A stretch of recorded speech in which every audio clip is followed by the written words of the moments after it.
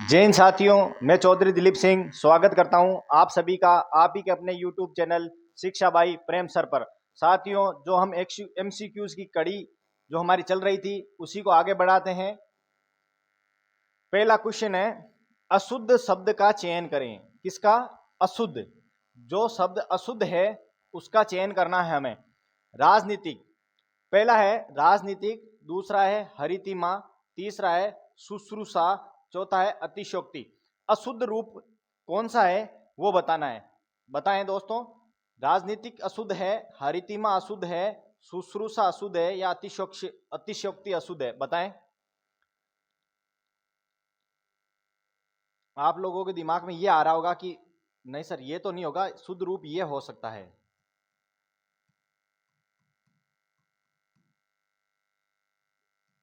कई विद्वान साथी भी यही बताएंगे कि राजनीतिक शुद्ध होता है। अगर राजनीतिक शुद्ध होगा तो इसके टुकड़े कैसे होंगे फिर? बताएं मुझे। राजनीतिक शुद्ध है, राजनीति शब्द है, राजनीति, इसके अंदर इक प्रत्यय जुड़ेगा जब भी तो राजनीतिक होगा। ये छोटी ई के अंदर ई जुड़ेगा तो राजनीतिक।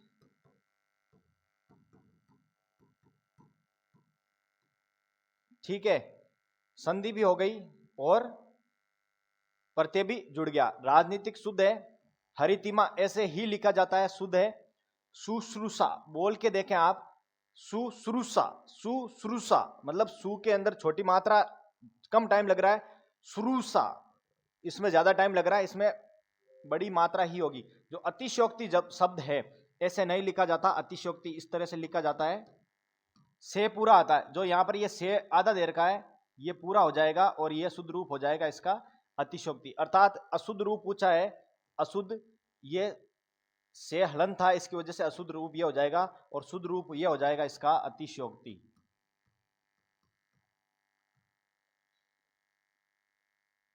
नेक्स्ट, काकल्य अलिजिह्वा, काकल्य या अलिजिह्वा वर्ण कौन सा है? जब हम हिंदी वर्णमाला पढ़ते हैं तब इसका जिक्र आता है। काकल्य या अलिजिह्वा वर्ण कौन सा है? किसे कहते हैं यहाँ काकल्य अलिजिह्वा? ये को कहते हैं, रे को कहते हैं, से को कहते हैं या हे को कहते हैं? बताएं। काकल्य, काकल्य होता है अपना जीभ के ऊपर वाला हिस्सा, जिसे हम तालवा बोलते हैं, उसे बोलते हैं काकल्य। काकल्य को अलिजिह्वा भी बोलते हैं। और कौन सा है काकल्य अलिजिह्वा? काकल्य अलिजिह्वा हे वर्ण को कहा जाता है, ऑप्शन नंबर 4। काकल्य अलिजिह्वा हे वर्ण को कहा जाता है। मुंशी जी हिंदी के, कौन? मुंशी जी हिंदी के युग प्रवर्तक कहानीकार थे। वाक्य में कौन सी संज्ञा है? संज्ञा बतानी है। किसमें? मुंशी जी शब्द के नीचे अंडरलाइन था। किसके नीचे? मुंशी जी के नीचे अंडरलाइन था। मुंशी जी में बताना है कि इस मुंशी जी जो शब्द है इसमें कौन सी संज्ञा है। मुंशी जी शब्द में संज्ञा बतानी है। क्या व्यक्तिवाचक होगा या फिर जातिवाचक, भाववाचक या फिर कोई नहीं? बताएं। मुंशी जी हिंदी के युग प्रवर्तक कहानीकार थे। अब आप मुझे बताएं, मुंशी जी, मुंशी किसी की जाति है, ठीक है, लेकिन यहाँ युग प्रवर्तक कहानीकार थे हिंदी के मुंशी जी, अर्थात मुंशी प्रेमचंद की बात हो रही है। यहाँ पर यहाँ किसकी बात हो रही है? मुंशी प्रेमचंद की बात हो रही है। तो प्रेमचंद व्यक्ति ही तो थे, व्यक्तिवाचक, अर्थात संज्ञा होगी व्यक्तिवाचक। मुंशी जी, बेशक मुंशी जी जातिवाचक शब्द है, लेकिन यहां आगे दे रखा है हिंदी के युग प्रवर्तक कहानीकार थे, अर्थात मुंशी जी से हमारा आशय मुंशी प्रेमचंद से है, अतः व्यक्तिवाचक आंसर सही होगा। अक प्रत्यय नहीं है, किस शब्द में अक प्रत्यय नहीं है? बताएं। अक प्रत्यय किसमें नहीं है? इनमें से कौन सा शब्द है जिसमें अक प्रत्यय नहीं है? अक प्रत्यय नहीं है। क्या निंदक में नहीं है, बालक में नहीं है, शिक्षक में नहीं है या फिर पाठक में नहीं है? चलो देखते हैं। निंदा प्लस अक, शिक्षा प्लस अक, पाठ प्लस अक। लेकिन ये जो बालक शब्द है, अब आप कह देंगे सर कर सकते हैं ना बाल प्लस अक।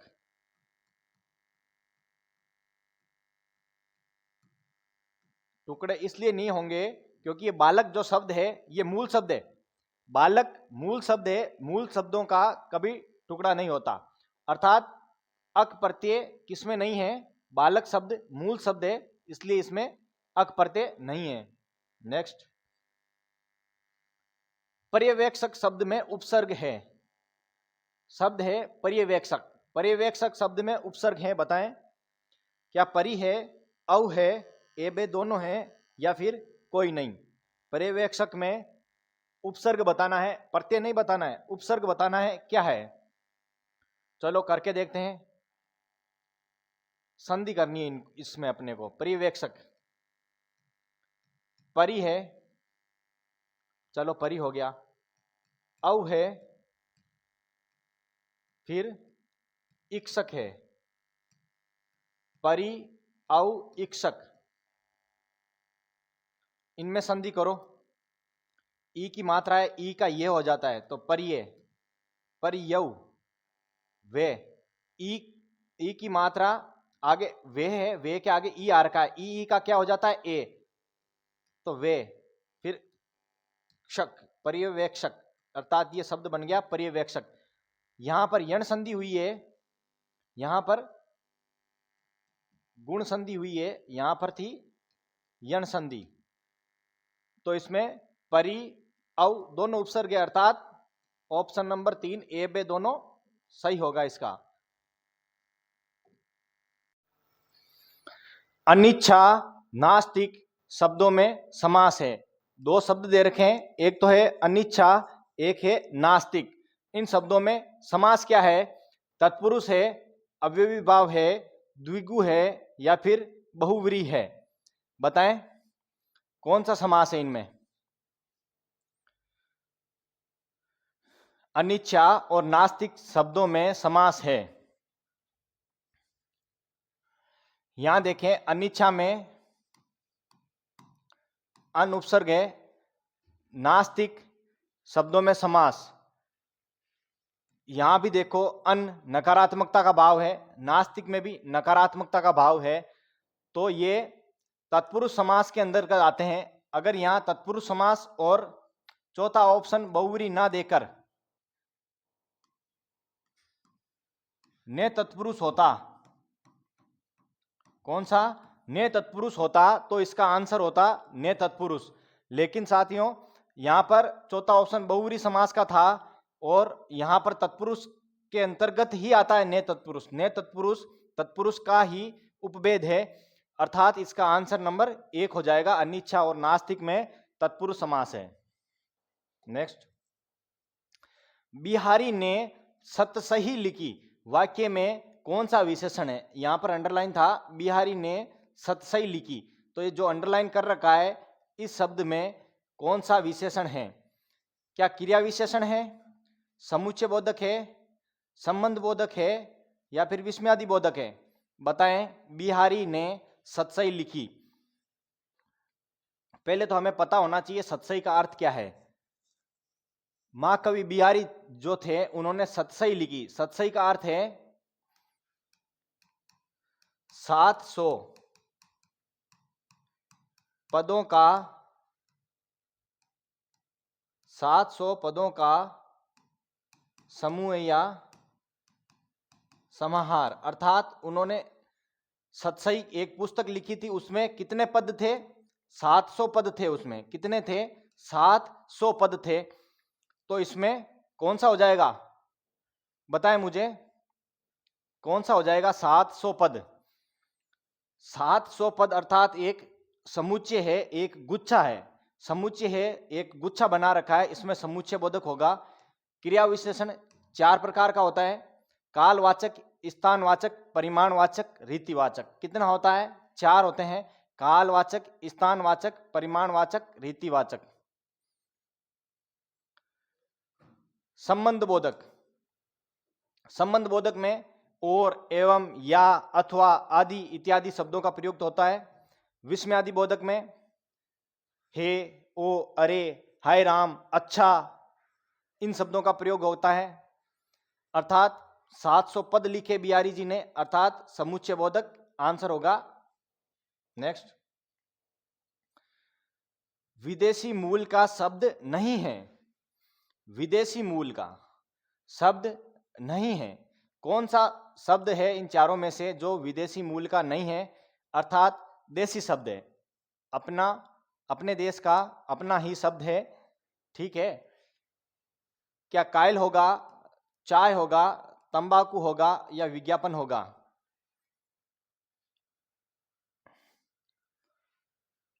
कायल शब्द विदेशी भाषा का शब्द है। चाय भी विदेशी है, चाइना से लिया गया है। तंबाकू भी विदेशी भाषा का शब्द है। ठीक है। विज्ञापन जो है, ये जो गे है, ये कल भी मैंने बताया था, जे प्लस ये प्लस ए के योग से बना है। और ये गे शब्द है, ये अपने हिंदी की वर्तनी से लिया गया है, हिंदी के वर्णों से लिया गया है। विज्ञापन शब्द है, ये विदेशी मूल का नहीं होकर देसी शब्द है। कैसा है? देसी शब्द है। Option number 4। अकर्मक क्रियाएं हैं। दोस्तों ध्यान दें, क्रिया वो भी कैसी? अकर्मक, अर्थात जिसमें कर्म मौजूद ना हो। क्या खाना होगा, टहलना होगा, छींकना होगा या फिर तोड़ना होगा? क्या होगा? अकर्मक क्रियाएं। खाना है, मैंने बताया था पिछली 2 कक्षाओं से, मैं निरंतर बता रहा हूं आपको। जो खाना है, अर्थात राम ने खाया, श्याम ने खाया, अर्थात खाया है तो कुछ ना कुछ खाया ही है, अर्थात ये सकर्मक है। कैसी है? सकर्मक क्रिया। तोड़ना, तोड़ा है तो कुछ ना कुछ तो तोड़ा ही है, अर्थात किसी ने कुछ तोड़ा है, चाहे वो फूल तोड़ा हो, चाहे कुछ और तोड़ा है, टेबल तोड़ी हो, कुर्सी तोड़ी हो, अर्थात कुछ ना कुछ तोड़ा है, अर्थात उसने कर्म किया है। यह भी सकर्मक ही होगा। टहलना और छींकना, इसमें ये दोनों ही शब्द जो दे रखे हैं अकर्मक होगा।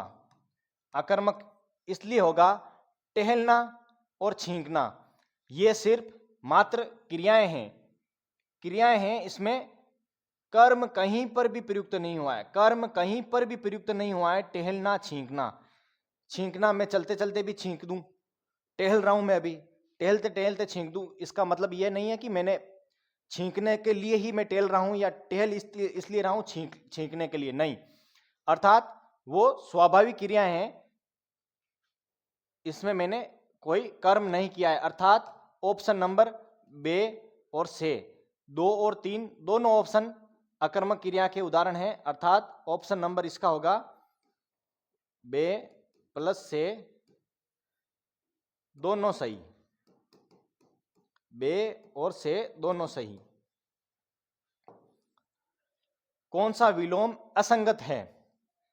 कौन सा विलोम असंगत है? अर्थात विलोम शब्द जो शुद्ध नहीं है वो बताना है। पंगु, सुडोल, श्लाघनीय, प्रशंसनीय, दाता, सूम, संधि, विग्रह, कौन सा असंगत है? गलत कौन सा विलोम शब्द है वो हमें बताना है। पंगु, सुडोल, पंगु, सुडोल, श्लाघनीय, प्रशंसनीय, दाता, सूम, संधि, विग्रह। पंगु है, अर्थात पंगु पैर से होता है, तो सुडोल, सुडोल हष्ट पुष्ट शरीर वाला, अर्थात ये तो असंगत नहीं है, शुद्ध है ये। दाता देने वाला, सूम ये भी शुद्ध है। संधि, विग्रह, साथियों ध्यान दें, संधि का कभी भी विच्छेद नहीं होगा, संधि का विलोम विच्छेद नहीं होगा, संधि का हमेशा विग्रह ही किया जाता है। क्या किया जाता है? संधि का विग्रह ही किया जाता है। और समास का विलोम व्यास ही होगा। ध्यान दें, विलोम शब्द संधि का विग्रह ही होगा, समास का व्यास ही होगा, जबकि ये श्लाघनीय और प्रशंसनीय शब्द दे रखे हैं। श्लाघनीय का ही अर्थ प्रशंसनीय होता है। श्लाघनीय का ही दूसरा अर्थ प्रशंसनीय होता है। क्या होता है? श्लाघनीय का दूसरा अर्थ प्रशंसनीय ही होता है। श्लाघनीय का और प्रशंसनीय होता है। और अगर इसका श्लाघनीय का हम देखना चाहें कि अर्थ क्या होगा, श्लाघनीय का क्या होगा अर्थ?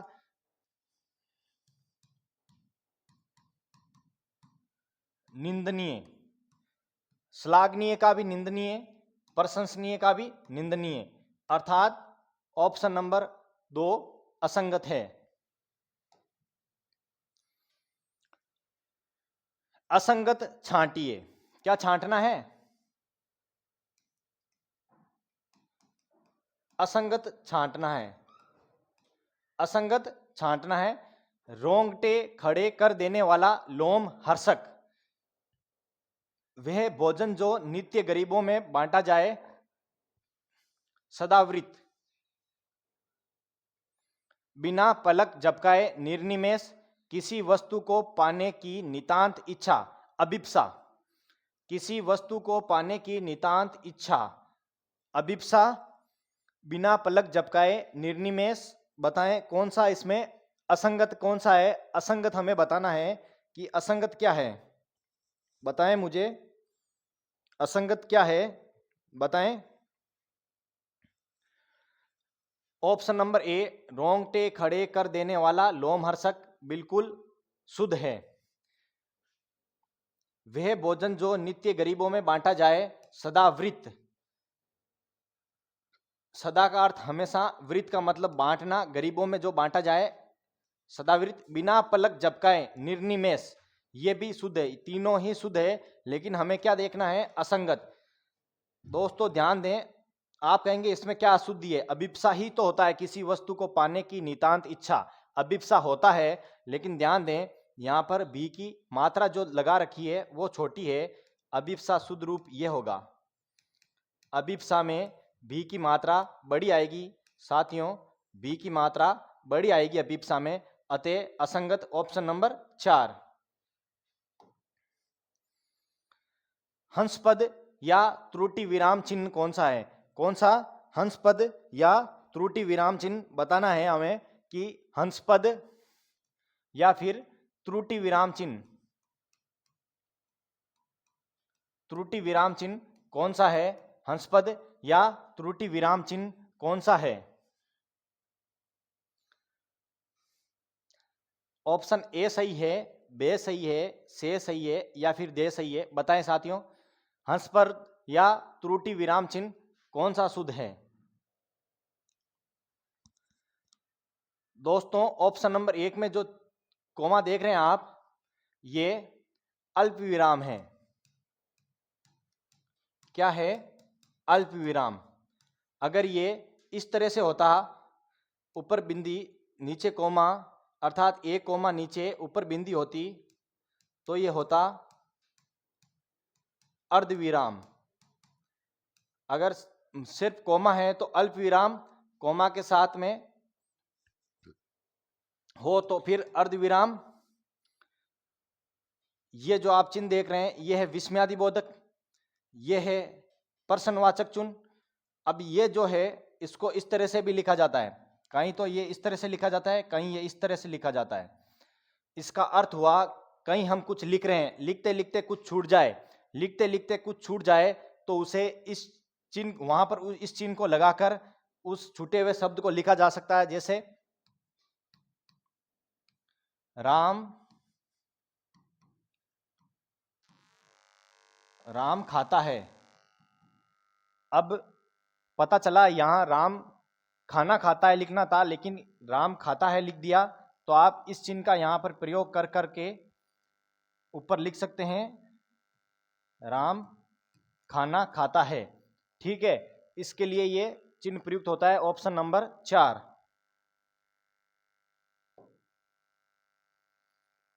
नेक्स्ट है, वह चला होगा में कौन सा काल है? वह चला होगा में कौन सा काल है? बताएं। वह चला होगा में कौन सा काल है? क्या संदिग्ध काल, संदिग्ध भूतकाल होगा, सामान्य भूतकाल होगा, हेतु मद भूतकाल होगा, संदिग्ध वर्तमान काल होगा? वह चला होगा, चला होगा अर्थात वर्तमान काल किसी भी दशा में नहीं आएगा, हेतु मद भूतकाल भी नहीं आएगा क्योंकि हेतु मद दे रखा है, ये भी नहीं आएगा, सामान्य भूतकाल की बात हो ही नहीं रही है। वह चला होगा अर्थात खुद संदेह में है, वह खुद संदेह में है कि वह चला होगा या फिर नहीं चला होगा, ठीक है, अर्थात संदिग्ध भूतकाल। कौन से शब्द समानार्थी भी कहलाते हैं? साथियों, जिसने बहुत अच्छी तैयारी कर रखी होगी, हो सकता है उसके सामने ये क्वेश्चन कभी आया हो, बाकी मुझे नहीं लगता ये क्वेश्चन कभी आपके सामने आया होगा। कौन से शब्द समानार्थी भी कहलाते हैं? विलोम शब्द, पर्यायवाची शब्द, युग्म शब्द या वाक्यांश के लिए एक शब्द। कौन से शब्द जो है समानार्थी भी कहलाते हैं? कौन से शब्द समानार्थी अर्थात समान अर्थी, जिसका अर्थ सेम निकले, कौन से शब्द समानार्थी कहलाते हैं? अगर आप चारों ऑप्शन पे गौर करें तो आपको आंसर स्वतः मिल जाएगा। गौर करें, विलोम विपरीत अर्थ वाला होता है अर्थात समान अर्थ नहीं निकल सकता। युग्म शब्द, युग्म शब्द एक जैसे दिखने वाले शब्द होते हैं अर्थात दिखते सेम है लेकिन दोनों का अर्थ अलग अलग होता है अर्थात वो भी समानार्थी नहीं हो सकता। वाक्यांश के लिए एक शब्द, पूरी लाइन दे रखी हो लेकिन उसका अर्थ एक ही निकलता है अर्थात वो भी समानार्थी नहीं हो सकता। जबकि पर्यायवाची जो शब्द है, जैसे मैं बोलूं धरती, उसका भू कहो, भूमि कहो, धरा कहो, धरती कहो, वसुंधरा कहो, कुछ भी कहो लेकिन अर्थ उसका समान निकलेगा। अगर मैं भू कहूं तो भी मैं धरती कह रहा हूं, मैं वसुंधरा कह रहा हूं तो भी धरती कह रहा हूं, भूमि कह रहा हूं तो भी मैं धरती की ही बात कर रहा हूं। अर्थात पर्यायवाची शब्दों को समानार्थी शब्द भी कहते हैं। कौन सा तत्सम तद्भव असंगत है? तत्सम तद्भव शब्द दे रखे हैं, इनमें से असंगत कौन सा है अर्थात गलत कौन सा है वह बताना है। यमुना, जमुना, साग, साग, श्राप, साप, काम, कारज, कौन सा असंगत है? तत्सम तद्भव अर्थात पहले जो दे रखा है वो तत्सम होना चाहिए, बाद में जो दे रखा है वो तद्भव होना चाहिए।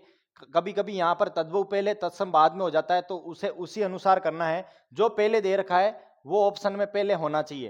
तत्सम तद्भव अर्थात यमुना को हम बोलचाल की भाषा में, अपनी भाषा में जमुना ही कहते हैं, साग, साग को साग ही कहते हैं, काम को कारज ही कहते हैं, जबकि ये श्राप का साप है। अक्सर एग्जाम में कई बार ये क्वेश्चन आ रखा है और सबसे ज्यादा गड़बड़ी इसी में होती है। श्राप का साप कभी नहीं होगा, जबकि ये साप जो है, साप जो दे रखा है आपको, ये तत्सम है, इसका तद्भव होगा श्राप, अर्थात साप का होगा श्राप, अर्थात ये तत्सम है, ये तद्भव है, अर्थात ऑप्शन नंबर 3 में गड़बड़ी हो रखी थी, हो नहीं रखी थी, गड़बड़ी की गई थी।